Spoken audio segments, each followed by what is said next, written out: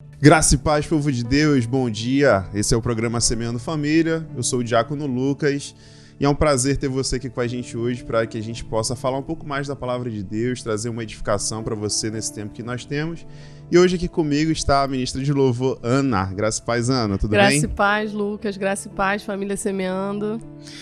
Galera, hoje a Ana está aqui com a gente. A Ana faz parte aqui do nosso Ministério de Louvor da Semeando Família.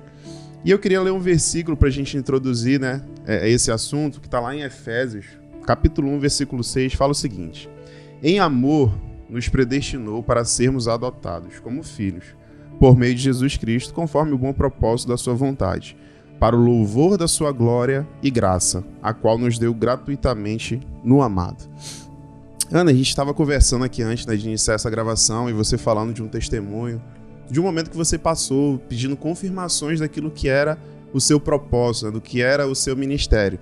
E aqui em Efésios, Deus fala para o povo exatamente isso, que ele nos predestinou, para sermos adotados como filho dele. E temos um propósito, e o propósito disso aqui, ele fala que é para o louvor e a gloriosa graça de Deus. E como a gente vinha conversando, às vezes a gente, por ser músico, e a gente acha que o nosso propósito, o nosso ministério é apenas isso, é apenas o louvor, a adoração, esse momento de levar a igreja à adoração. E eu acredito que isso nos paralisa em algum momento, nos traz algumas dúvidas, porque, quando você desce do altar, o que acontece? Quando você larga o microfone, quando você larga o instrumento, o que acontece? Cadê Deus nisso aí? Eu acredito que isso, quando a gente não tem esse entendimento, acaba nos trazendo algumas dúvidas e alguns afastamentos, por não entender esse propósito. Conta pra gente um pouquinho dessa tua experiência aí que você falou pra gente nos bastidores, que eu acredito que vai edificar bastante gente hoje. Então, com relação a esse testemunho, eu lembro que quando eu cheguei na Semeando, eu cheguei ali na Semeando ali no meio da pandemia, fiquei um tempo ali em casa e tal, e aí eu realmente cheguei ali devastada, e pedindo muitas confirmações a Deus com relação a muitas coisas, E uma delas foi ao propósito de Deus para minha vida, E talvez, como eu falei, talvez naquele momento eu não tinha maturidade nem para entender aquilo que eu estava pedindo, E eu pedia, ali indo no PS, eu pedia a Deus para que Ele confirmasse essa questão do louvor, na minha vida. E eu fui ousada, fui doida, talvez, em pedir a Deus a minha oração. Toda vez que eu chegava ali no PS, sem o pastor me conhecer, sem ninguém me conhecer, eu chegava e a minha oração era: se o meu propósito estiver ligado a isso, tiver alguma relação com isso, que o pastor me chame um dia, aí em cima. Sendo que o pastor, aleatoriamente, sendo que o pastor nem sabia quem eu era. Enfim.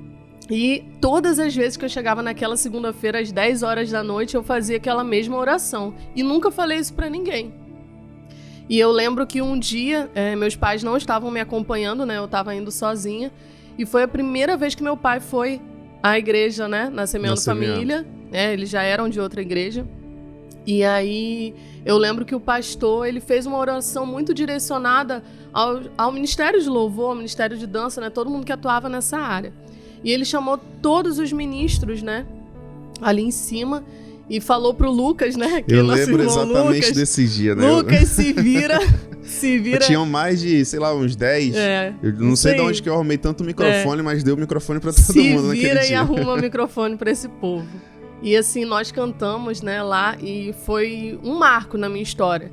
E principalmente por ter meu pai lá, porque foi a primeira vez que ele estava indo lá. Então aquilo marcou a nossa relação, marcou a minha história, mas é como eu estava te dizendo, talvez naquele tempo eu não tinha tanta maturidade para entender verdadeiramente a palavra louvor, E talvez me limitava só a estar na plataforma, só a estar com o microfone, E hoje em dia, com tudo que a gente tem vivido aqui na igreja, a gente tem entendido que é muito além de estar ali na plataforma, sabe? É viver realmente uma vida de louvor a Deus. É viver uma vida de adoração. É o que a gente tem falado, que a adoração ela é um estilo de vida, né? Então que as suas atitudes no seu trabalho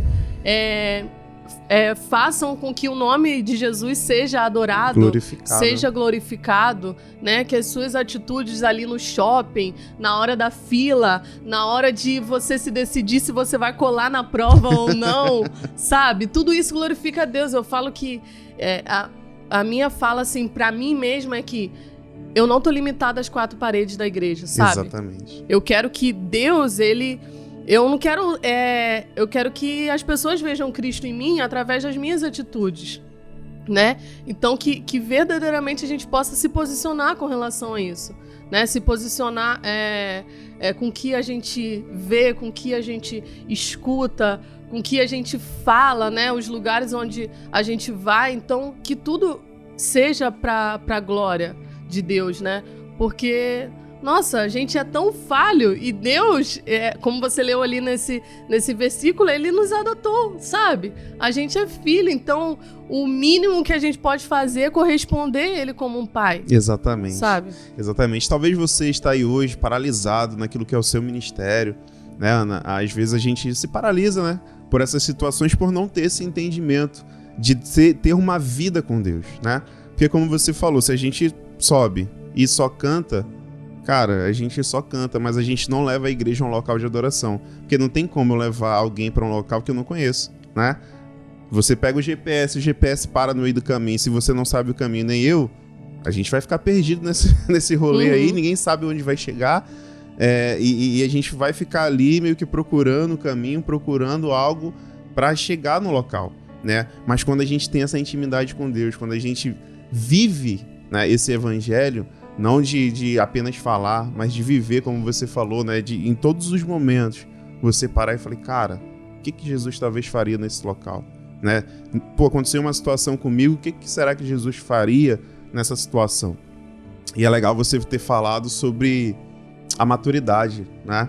De mesmo você, talvez não tendo essa maturidade, Deus mesmo assim, Ele foi lá e atendeu aquele teu pedido, né? Cara, confirma aqui pra mim se é isso mesmo, porque se não for, se você não me chamar, eu vou largar esse ministério, né? Porque quando a gente viver nessa dependência de Deus, né?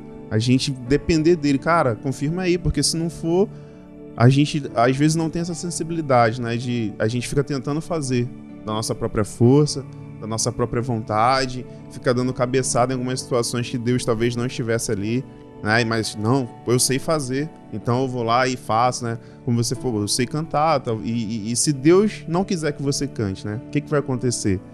Né? Talvez você tenha um dom maravilhoso, você tenha a melhor voz do mundo, mas se Deus não te chamou para cantar, você vai se frustrar nessas situações, né? E acabar se afastando daquilo que é o propósito de pregar o evangelho. A maturidade, né, te coloca nesse lugar de dependência, né? Porque quanto mais maduro você né? Ali, 1 Coríntios, né? Paulo tá falando assim, eu não tô te dando comida sólida, né? Porque vocês não são maduros o suficiente para entender, sabe? Então, ela te coloca nesse lugar de dependência, a maturidade, né? Você tá crescendo em conhecimento, se aprofundando em Deus. Quanto mais você tá próximo, mais você entende o quanto você é dependente dele. Então é por isso que todas as vezes, falando um pouco ali do nosso dia a dia, todas as vezes que a gente tá ali para ministrar, eu acho que essa essência da dependência, do temor a Deus, ela não pode ser perdida, entendeu? De realmente, não, eu não sou nada, entendeu?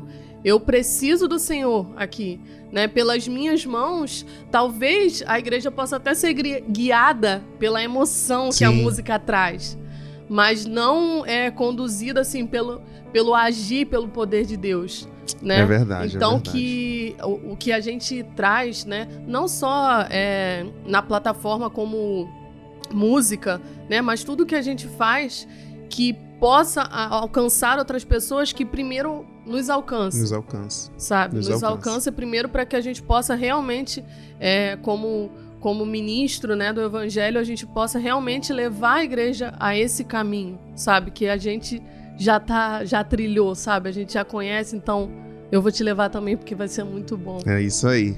Amém. Ana, foi um prazer ter você com a gente. E você que tá aí, cara, algo que acho que foi a palavra desse momento é a gente ter a maturidade em Cristo. Sim, sim. Pra gente discernir os ciclos que Deus nos coloca, né? Porque nossa vida é guiada por ciclos. A gente entender cada momento. E, cara, essa maturidade você só vai alcançar a partir do momento que você buscar a Deus. Amém? Que você fique com Deus nessa manhã, reflita nessa palavra e até o próximo programa. Até.